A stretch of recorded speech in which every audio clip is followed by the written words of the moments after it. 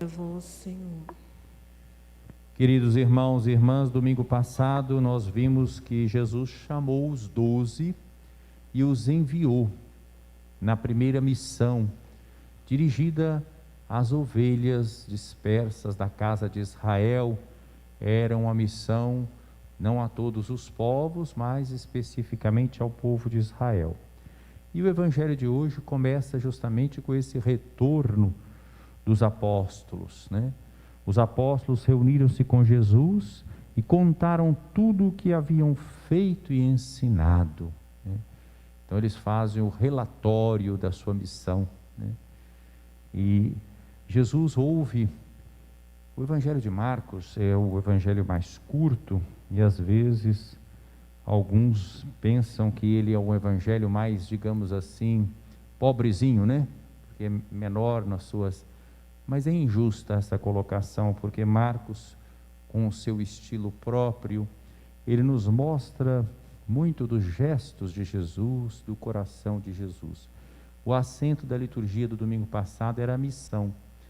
O acento da liturgia deste domingo é o pastoreio, é a pastoral, é o pastor.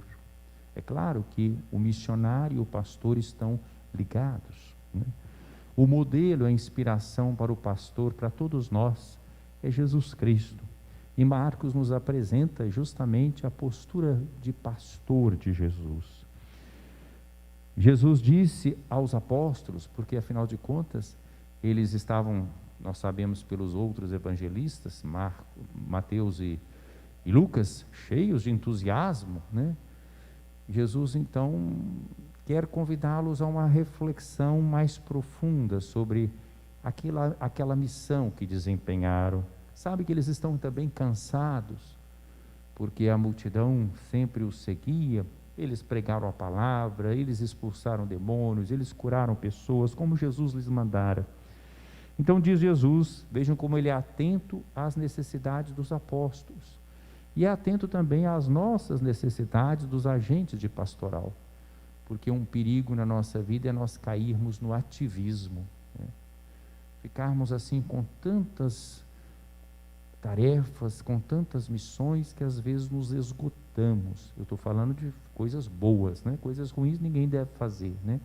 Mas virarmos assim uma espécie de tarefeiros, de ativistas. Então Jesus convida: vinde sozinhos para um lugar deserto e descansai um pouco. Nós todos precisamos deste momento de recuo. Nós não somos máquina, né? Então Jesus nos convida, convidou os apóstolos, convida também a nós, para um lugar deserto descansar um pouco. É uma espécie de retiro espiritual.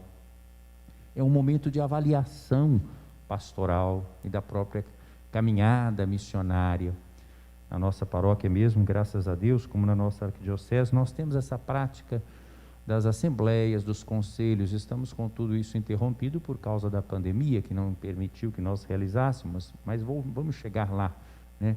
Nas assembleias comunitárias, na assembleia paroquial, assembleia de forania, assembleia de região, assembleia diocesana. São momentos importantes da gente se retirar para esse lugar deserto, avaliar a caminhada à luz da palavra de Deus, né?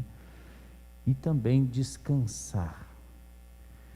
Então foram sozinhos de barco para um lugar deserto e afastado. Nós podemos imaginar a cena. Marcos, nesse sentido, até nos ajuda, porque ele sempre aponta para acontecimentos, e nós podemos fazer uso da imaginação. Temos que ler o evangelho assim, né? Imaginem eles atravessando o mar da Galileia ou o lago de Genezaré. Se eles estavam cansados da missão, é claro que eles não foram remando, né, com toda a força, com toda a velocidade para chegar logo do outro lado. Eles foram fazer uma travessia mais tranquila, porque o próprio percurso de barco já é um momento de retiro e de descanso. Boa parte desses apóstolos eram pescadores. Eu imagino assim, né, que alguns devem ter aproveitado até esse percurso para fazer uma pesca, né? Eles estão atravessando o mar e também descansando e fazendo a sua pesca, né? Não é conversa de pescador, não. Inclusive aqui na Assembleia tem alguns que eu conheço que são pescadores. Agora eles estão fora de forma por causa da pandemia, né? Bom, mas eles sabem para quem que eu estou falando. Então, tem essa travessia, né, que faziam, certamente também era um momento de confraternização. Aí a gente entende por que a multidão chegou lá primeiro. Muitos os viram partir e reconheceram que eram eles.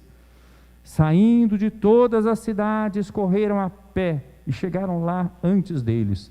É típico do estilo de Marcos, né? Ele fala, saindo de todas as cidades, quer dizer, das redondezas, né? Marcos tem um estilo muito vivo. Correram a pé e chegaram lá antes deles. A gente podia pensar, né? Como é que eles chegaram a pé lá antes deles que estavam de barco? Por isso que eu falei, porque a travessia foi tranquila, né? Naquelas águas do lago de Genezaré. E ao desembarcar, Jesus viu uma numerosa multidão e teve compaixão, porque eram como ovelhas sem pastor. Vejam, Jesus não ficou aborrecido porque ele teve que mudar o seu plano. Ele tinha planejado um retiro com os seus apóstolos, ele tinha planejado um descanso, uma avaliação do trabalho, e chegando lá tinha uma multidão já necessitada. Ele teve compaixão. Compaixão não é só ter pena. Compaixão é ter solidariedade, é sofrer com. Ele enxergou naquela multidão não um incômodo, não uma perturbação do seu plano, mas ele enxergou a necessidade. Então nós vemos o coração do pastor de Jesus. Vejam, ele é atento aos apóstolos que estavam voltando da missão e quer um momento de descanso para eles. Não para ficarem assim à toa, mas os preparando para a multidão, os preparando para a missão junto da multidão. Só que, do jeito que as coisas acontecem, a multidão chegou ali necessitada. Então Jesus é capaz de mudar, né, o seu plano e vai servir a essa multidão. Começou, pois, a ensinar-lhes muitas coisas. Eram ovelhas sem pastor.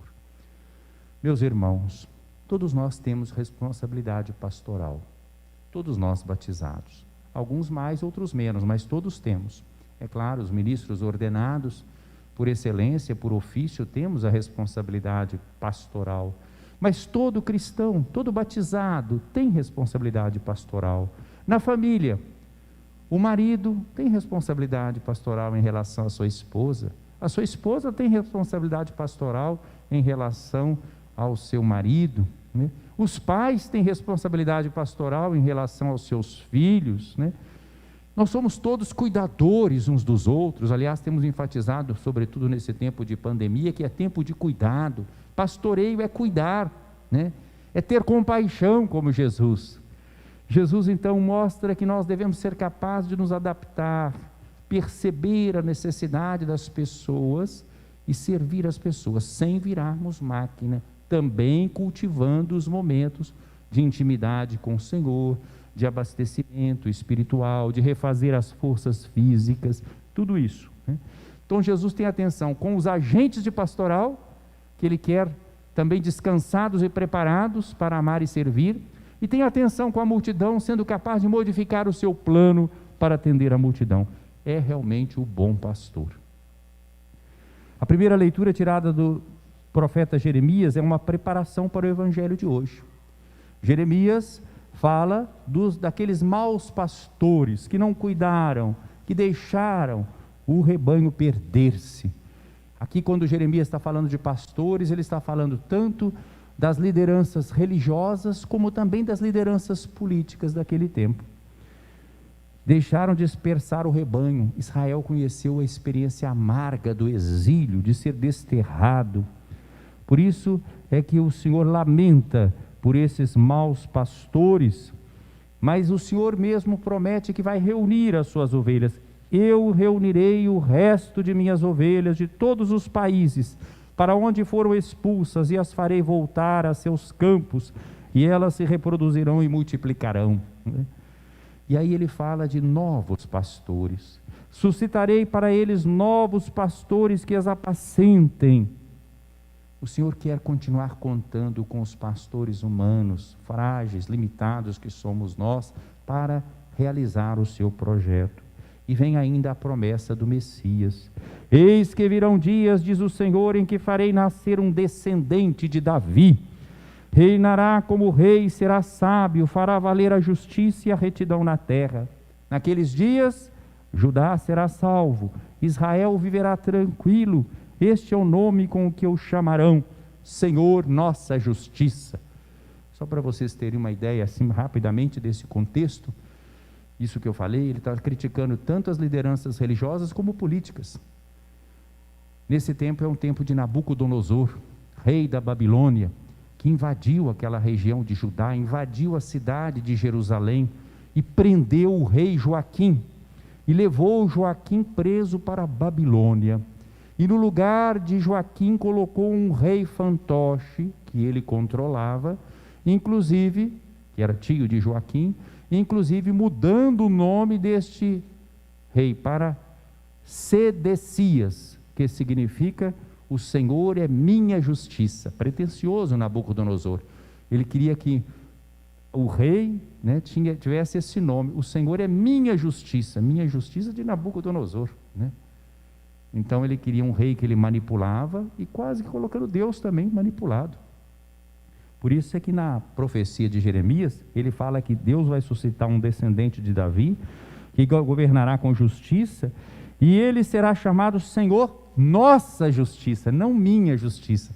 Essa palavra aqui é justamente para criticar o rei Sedecias, que Nabucodonosor impôs sobre aqueles que ainda ficaram em Jerusalém.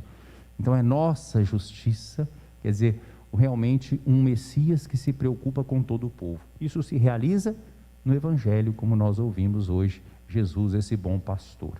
E a compaixão de Jesus por essa multidão é tão grande, e tem também um contexto, porque logo antes desse texto do Evangelho que foi proclamado hoje, João Batista, é narrado a morte de João Batista. Herodes deu aquele banquete no seu aniversário e, instigado por Herodíades, vai então executar João na prisão, e a sua cabeça será apresentada numa bandeja naquela festa.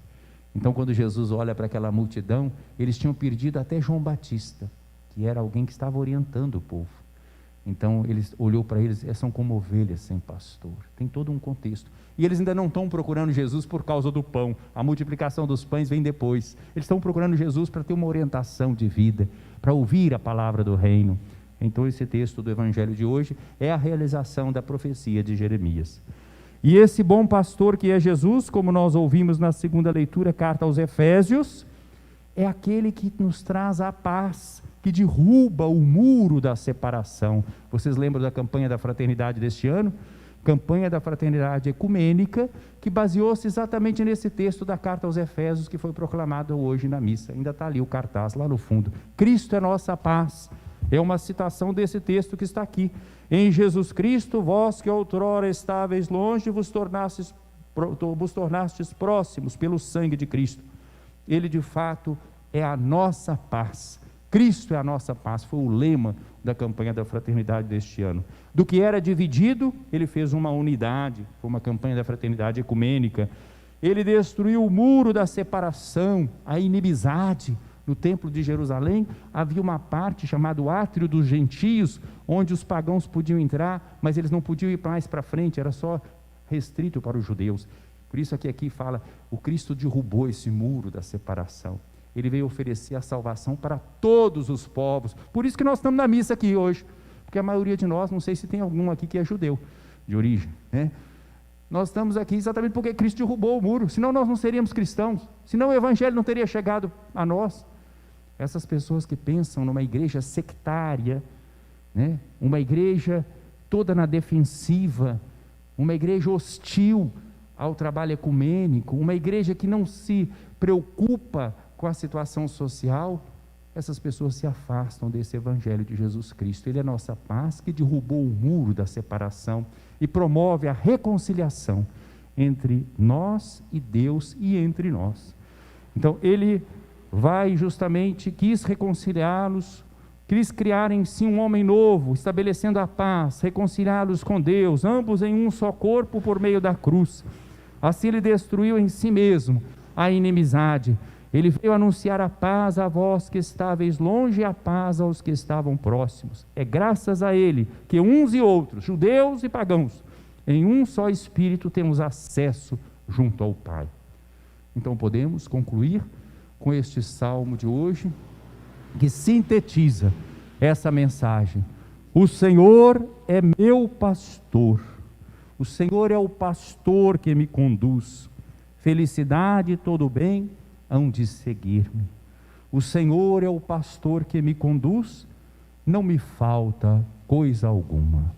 Louvado seja nosso Senhor Jesus Cristo.